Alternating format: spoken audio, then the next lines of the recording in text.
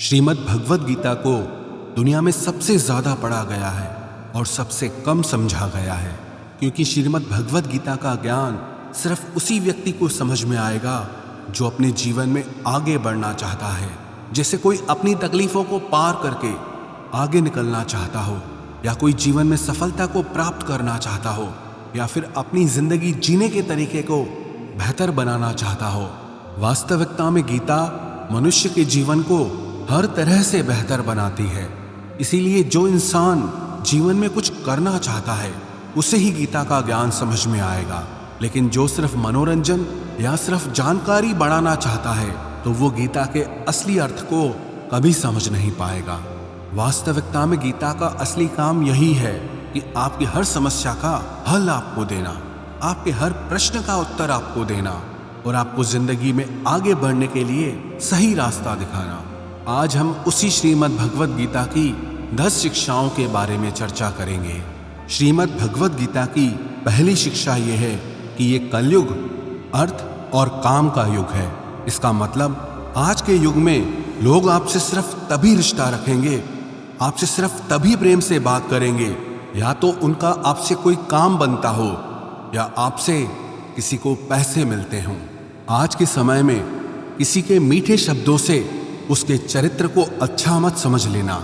ये मीठे शब्द आपको फंसाने के लिए बोले जाते हैं। जैसे ही किसी का स्वार्थ आपसे पूरा हो जाता है, फिर पता चलता है कि उस इंसान की असली जुबान कैसी है, क्योंकि इंसान को छलने के लिए मीठे शब्दों से बड़ा और कोई हथियार नहीं होता।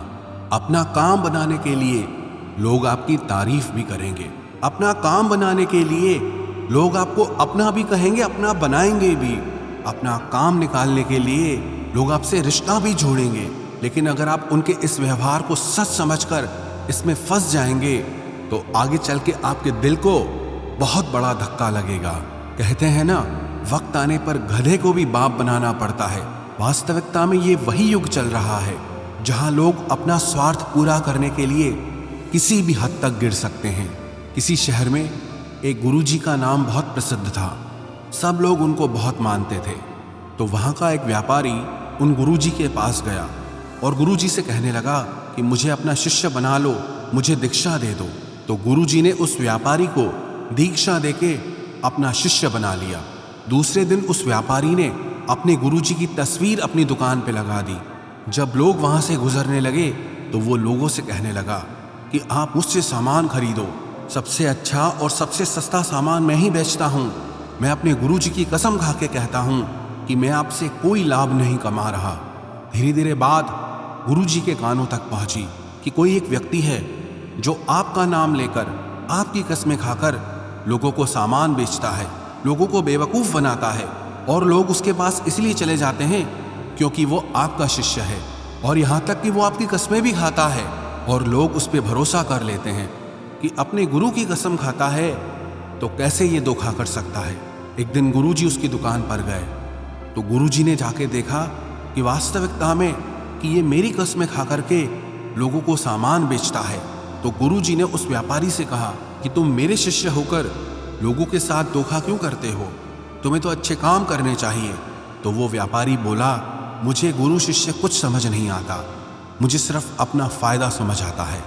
मैंने देखा कि सारा शहर आपको मानता है तो मुझे समझ आया कि आपको गुरु बनाने से मुझे बहुत फ़ायदा मिलेगा। मेरी कोई धर्म में रुचि नहीं है, मेरी फ़ायदे में रुचि है।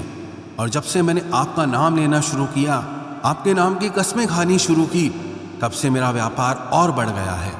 ये सुनकर गुरुजी को बहुत धक्का लगा कि कैसा समय आ गया है, कैसा युग आ गया है कि लोग अपने फ़ायदे के लिए किसी भी हद तक जा सकते हैं। ये कैसी वक्त की विडंबना है कि लोग अपने माँ बाप तक को नहीं छोड़ते, अपने गुरु तक को नहीं छोड़ते। इंसान इंसान को नोच के खा रहा है। हर इंसान कोशिश करता है कि सिर्फ मेरा फ़ायदा होना चाहिए, चाहे सामने वाले का कितना ही नुकसान क्यों ना हो जाए। आज के युग में अगर आप किसी को अपना फ़ायदा उठाने दोगे तो लोग वो मौका कभी नहीं छोड़ने वाले।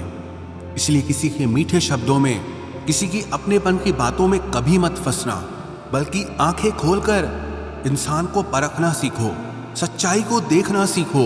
सबसे ज्यादा धोखा इंसान इंसान के साथ अपनेपन की आड़ में करता है कि तुम तो मेरे अपने हो, तुम तो मेरे खास हो, तुम तो मेरे दिल के करीब हो, तुम्हारे साथ में ऐसा कैसे कर सकता हूँ। कभी ऐसा हुआ है क्या कि जिसे आप जानते ही ना हो वो आपको चोट पहुंचा जाए। अक्सर आपको चोट वही लोग पहुंचाते हैं जो आपके अपने होते हैं, जो आपके दिल के करीब होते हैं। गीता का इतना अद्भुत ज्ञान, महाभारत की ऐसी लड़ाई पराये लोगों में नहीं थी, ये भाइयों की लड़ाई थी, एक ही परिवार की लड़ाई थी और करोड़ों लोग उस लड़ाई में मारे गए। क्यों? क्योंकि अपना ही अपने का सुख नहीं देख पाया, अपना ही अपने की खुशी से जलता रहा। आपने कभी गौर किया, आप जिसे भी ये कह दोगे ना कि वो आपके लिए खास है, कि आप उसे अपना मानते हैं, देखना आज नहीं तो कल वो आपको चोट जरूर पहुंचाता है। वक्त लगता है, एक दिन में बात समझ नहीं आती, लेकिन एक दिन जरूर समझ आती है कि यहाँ कोई अपना नहीं है। इस शिक्षा का उपदेश ये नहीं है कि हम लोगों से नफरत करने लग जाएं या लोगों से गलत व्यवहार करने लग जाएं। इस शिक्षा का यही अर्थ है कि आप लोगों के भरोसे मत बैठे रहो। आप किसी से ये उम्मीद लगा के मत बैठ जाओ कि ये आपका जिंदगी भर साथ देगा, कि वो आपका साथ कभी नहीं छोड़ेगा। अरे सब साथ छोड़ते हैं। आपकी जिंदगी में कई लोग आएंगे और कई लोग जाएंगे।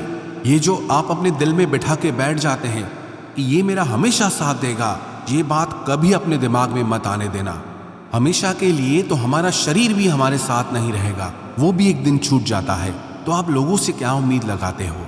याद रखना, किसी के साथ अगर बहुत ज्यादा नेह लगाओगे, मोह लगाओगे तो दुख तो सहना ही पड़ेगा।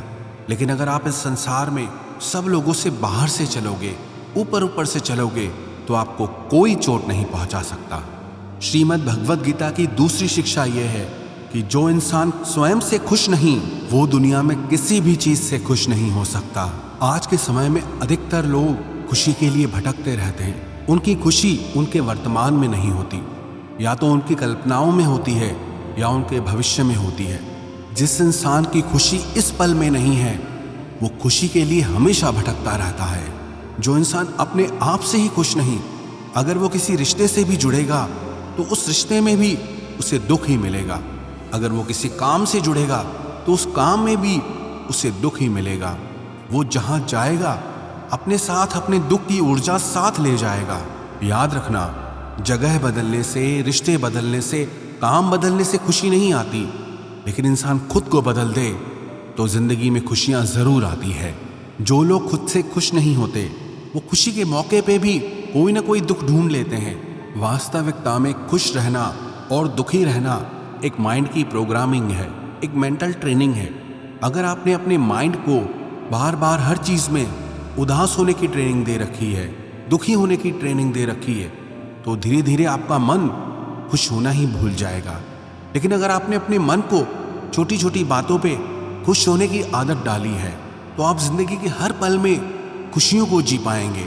इतनी सी बात अगर किसी को समझ में आ जाए कि खुशियाँ और दुख हमारे माइंड की प्रोग्रामिंग से चलती है, तो आप अपनी ज़िंदगी को खुशहाल बना सकते हो, या फिर आप अपनी ज़िंदगी को दुखों के अंधेरे में धकेल सकते हो। इसीलिए इसे समझना बहुत ज़रूरी है। जीवन में अगर खुश रहना है तो छोटी छोटी चीज़ों में भी खुशियों को देखने की नज़र होनी चाहिए, नहीं तो बड़ी से बड़ी खुशी में भी आपका मन दुख ही ढूंढ लेगा। श्रीमद् भगवद गीता की तीसरी शिक्षा यह है कि इस दुनिया में हारे हुए इंसान की, तकलीफ में पड़े इंसान की कोई मदद नहीं करता, और अगर कोई इंसान थोड़ा सा भी सफल हो जाए तो उससे कोई खुश नहीं होता। इसीलिए अपना दुख किसी को मत बताओ और अपनी खुशी किसी के आगे मत जताओ। आप अगर अपने दुख दुनिया के आगे शेयर करोगे, लोगों के आगे शेयर करोगे, तो लोग आपसे दूर भागना शुरू कर देंगे, क्योंकि उन्हें पता है कि जितना इसके पास रहेंगे इसके दुखड़े सुनने पड़ेंगे और ये कभी भी हमारी मदद मांगेगा। इसलिए बेहतर है इससे दूर ही रहो। और जैसे ही आप सफल हो जाते हैं तो लोगों को वो भी अच्छा नहीं लगता। ये दुनिया भी बड़ी अजीब है। दुखी इंसान की मदद नहीं करती और जो इंसान खुश है उसे खुश नहीं रहने देती। उसकी खुशी से भी लोगों को तकलीफ होती है। आपने हजारों बार ये सुना होगा कि दुख में कोई किसी का साथी नहीं होता, तो भी लोगों को समझ नहीं आता, तो भी लोग दूसरों को जाके अपने दुख बताते हैं, दूसरों से उम्मीद लगाते हैं कि वो उनकी मदद करेंगे। कोई क्यों करेगा किसी की मदद, और क्यों खुद को इतना कमजोर बनाना कि दूसरों की मदद की जरूरत पड़ जाए। और क्यों आप अपनी खुशियों को दूसरों को बताए बिना नहीं जी सकते। कई लोगों को आदत होती है, जब तक अपनी सफलता के बारे में, अपनी खुशियों के बारे में 10-20 लोगों को नहीं बता देंगे, तब तक उनका मन भरता ही नहीं है। इसीलिए ही जब आप अपनी खुशियां लोगों को बार बार बताते हो, तब आपके बनते हुए काम भी रुक जाते हैं, बनते हुए काम भी बिगड़ जाते हैं। क्योंकि काम बनने से पहले ही आप अपनी योजना के बारे में सबको बता देते हो। जब तक आप सफल हुए नहीं हो, किसी को कुछ मत बताओ। जब तक आपकी योजनाएं पूरी नहीं हुई हैं, किसी को कुछ मत बताओ। और जिस दिन आप सफल हो जाओगे, जिस दिन आपकी योजनाएं पूरी हो जाएंगी, तब आपको बताने की जरूरत ही नहीं पड़ेगी। लोगों को अपने आप आपकी सफलता दिख जाएगी। इसलिए चाहे आपकी खुशी हो, चाहे आपका दुख हो, उसे अपने तक ही रखना चाहिए।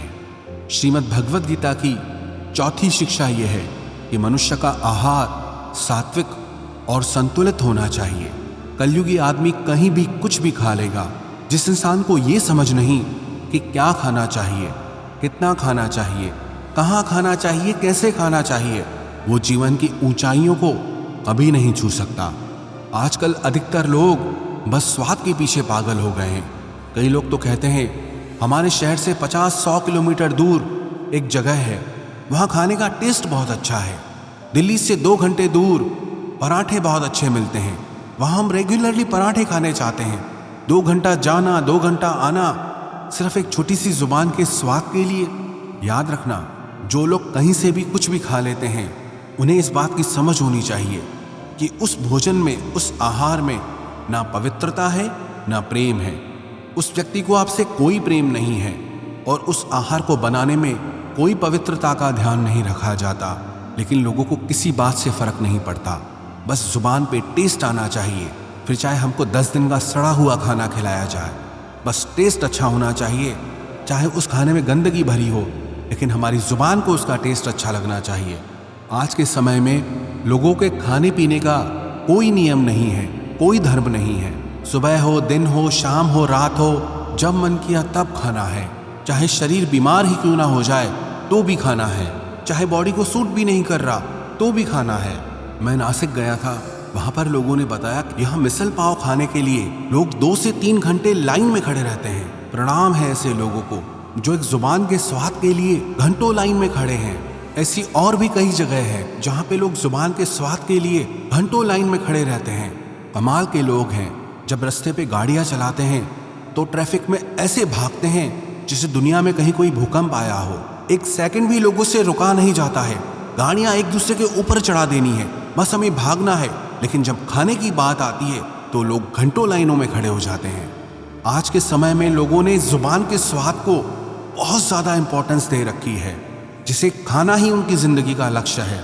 लेकिन श्रीमद् भगवद गीता सिखाती है कि इंसान जैसा आहार खाता है वैसा ही उसका मन होता है, वैसे ही काम करता है, वो वैसे ही एक्सपीरियंसेस को फील करता है।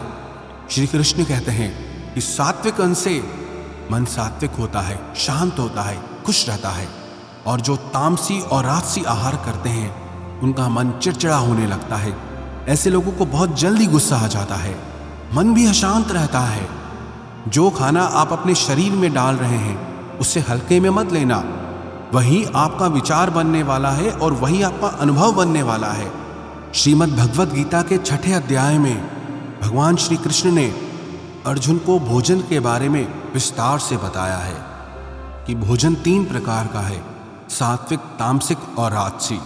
सात्विक आहार आपके शरीर की उम्र को बढ़ाता है, आपके मन को सुख देता है, आपके माइंड में आपको सेटिस्फैक्शन देता है, जीवन को खुशी देता है और ऐसा आहार रसमय होता है। राजसी आहार दुख, शोक और रोग उत्पन्न करने वाला होता है। इसीलिए बहुत ज़्यादा गर्म, तीखा और जलन पैदा करने वाला खाना रजोगुणी आहार कहा जाता है। और जो खाना घंटों पहले बनाया गया हो, जीवों की हत्या करके बनाया गया हो, बहुत अपवित्रता से बनाया गया हो, बहुत ज़्यादा गर्म, बहुत ज़्यादा तीखा और खट्टा हो, या जिसमें नशीले पदार्थ डाले जाते हों, ऐसा खाना तमोगुणी आहार कहा गया है। और इनमें से जैसा आप खाना खाएंगे वैसे ही आपकी बुद्धि होगी, वैसे ही आपका जीवन बनने वाला है। इसलिए श्रीमद् भगवद गीता ये सिखाती है कि अगर आप जीवन में खुश रहना चाहते हो तो हमेशा सात्विक और संतुलित आहार ही करना चाहिए। श्रीमद् भगवद गीता की 5वीं शिक्षा ये है कि खुद को ऐसा कभी मत बनाओ कि लोग आपका इस्तेमाल करके चले जाएं। खुद को ऐसा कभी मत बनाओ कि लोग आपको चोट पहुंचाकर चले जाएं। अपने आप को कभी भी बेचारा बना के नहीं जीना चाहिए। इससे लोग आपको अच्छा नहीं मानेंगे बल्कि आपका फायदा उठाएंगे। आपको कैसा बनना है ये आप पे निर्भर करता है। अगर लोग आकर के आपको आसानी से चोट पहुंचा जाते हैं, आपका इस्तेमाल करके चले जाते हैं, तो आपको गौर करना चाहिए कि ऐसा क्या कारण है कि लोग आपको आसानी से चोट पहुंचा देते हैं। क्योंकि कई लोग दुनिया में ऐसे होते हैं जिनसे बात करने में भी लोगों को डर लगता है।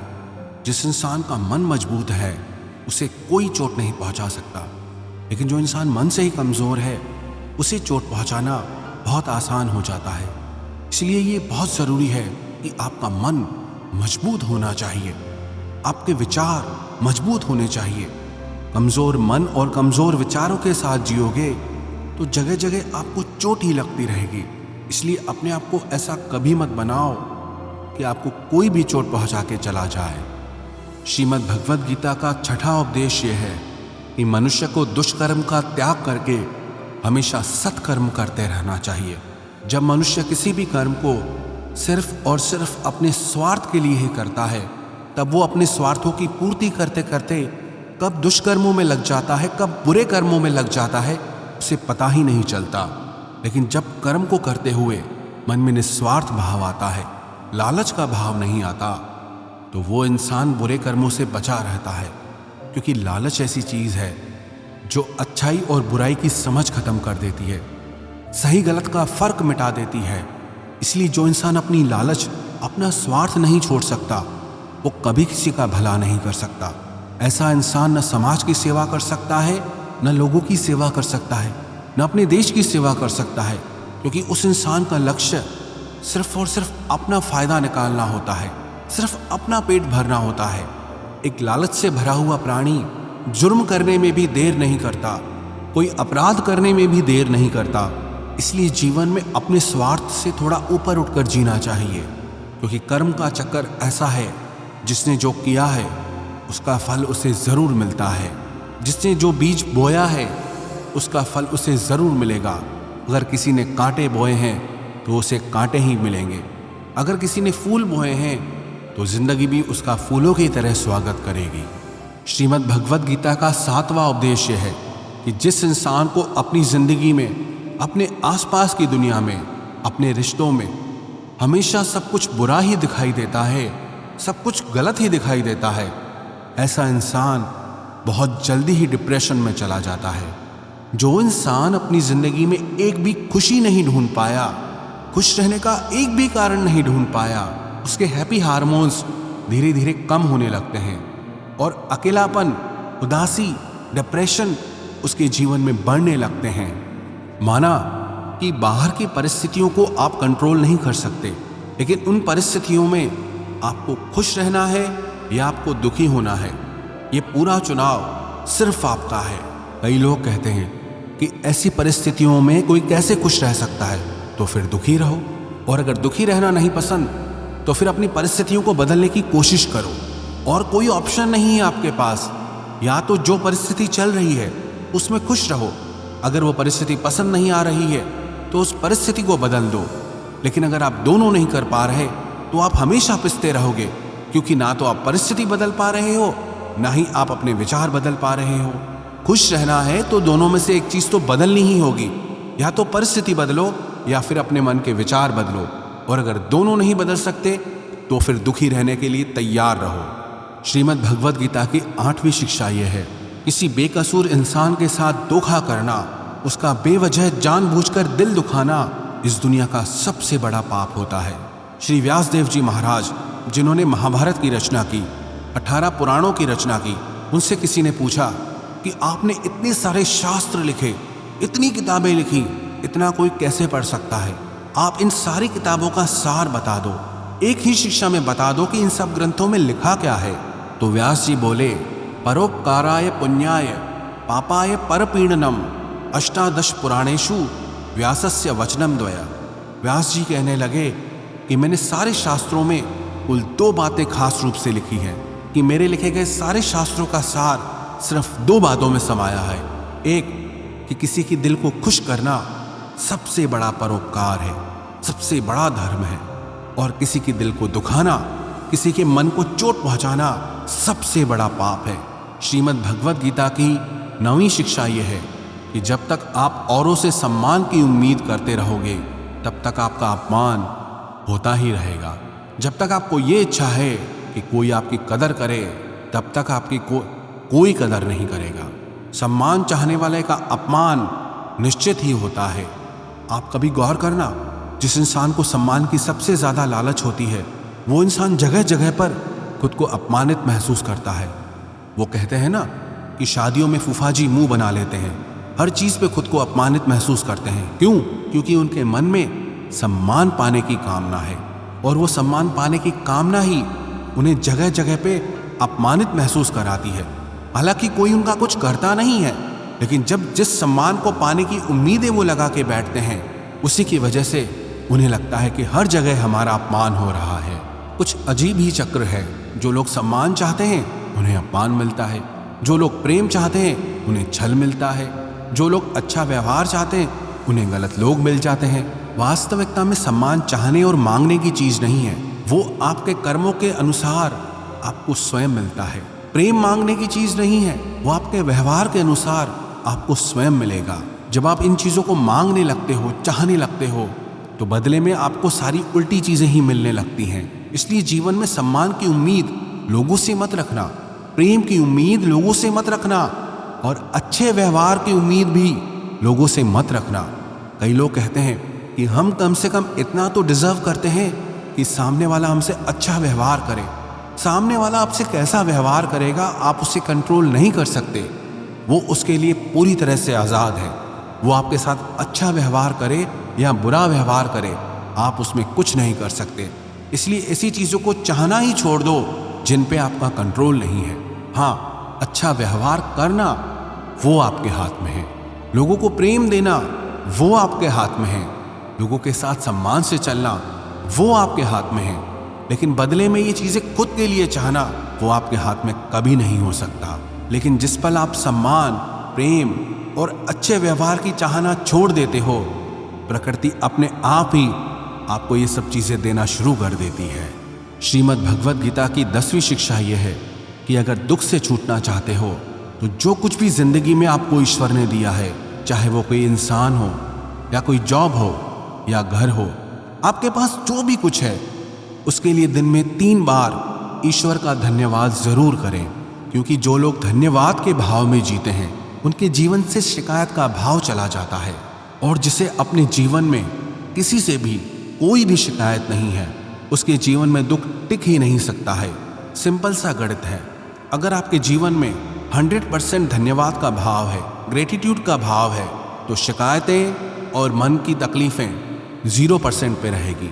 लेकिन अगर आपके जीवन में 50% धन्यवाद का भाव है, 50% शिकायतें हैं, तो जीवन में दुख और सुख दोनों आते जाते रहेंगे। लेकिन अगर आपकी जिंदगी में 100% शिकायतें ही शिकायतें हैं और 0% धन्यवाद का भाव है, तो आपका मन हमेशा दुखी रहेगा। क्या आपको पता है कि दुख भी जगह ढूंढता है कि इस इंसान को हर बात से तकलीफ होती है, ये मेरा पक्का ग्राहक है, अगर मैं इसके पास जाऊंगा तो ये बाहें खोल के मेरा स्वागत करेगा, क्योंकि इससे हर चीज से तकलीफ होती है। याद रखना, जीवन में शिकायतें जितनी ज्यादा होगी दुख भी उतना ज्यादा होगा, और जिंदगी में जितना धन्यवाद का भाव होगा, ग्रेटिट्यूड का भाव होगा, जीवन उतना ही आनंद से भर जाएगा। ईश्वर को धन्यवाद हम ईश्वर के लिए नहीं करते हैं, हम खुद के लिए करते हैं। हम ये रियलाइज करने के लिए करते हैं कि कईयों को वो सब कुछ नहीं मिला जो ईश्वर ने, प्रकृति ने हमको दिया है। एक व्यक्ति तपती हुई धूप में चला जा रहा था, बहुत गरीब था, पैरों में पहनने के लिए चप्पल भी नहीं थी, ऊपर से तेज धूप पड़ रही है और गर्मी से उसके पैर जल रहे हैं। वो धूप में चला जा रहा था और ईश्वर से शिकायत कर रहा था कि हे ईश्वर, ये है तेरा न्याय, मुझे इतना गरीब बनाया है, क्या दिया है तुमने मुझे, इतनी तेज धूप है, और मेरे पास पैरों में पहनने के लिए चप्पल तक नहीं है। वो ईश्वर से शिकायतें कर ही रहा था, तभी उसके सामने से एक व्यक्ति गुजरा जो जमीन पे घसीट घसीट के चल रहा था, क्योंकि उसके पास पैर ही नहीं थे। जब उस घसीटते हुए व्यक्ति को उसने देखा तो उसका मन उसी समय धन्यवाद से भर गया कि हे ईश्वर, तेरा लाख लाख धन्यवाद है कि कम से कम मैं अपने पैरों पे तो चल पा रहा हूं। इस बेचारे के पास तो पैर भी नहीं है। जीवन में जब भी शिकायत आए ना, तो एक बार उन लोगों पे नजर जरूर डालना जो वो सब हासिल करने में लगे हुए हैं जो ईश्वर ने आपको दिया है। चॉइस आपकी है। अगर आप जिंदगी से शिकायतें करोगे तो दुख आपका साथी बन के खड़ा हो जाएगा। अगर आप अपनी जिंदगी को ग्रेटिट्यूड से, धन्यवाद से भर दोगे तो आपकी पूरी जिंदगी आनंद से भर जाएगी।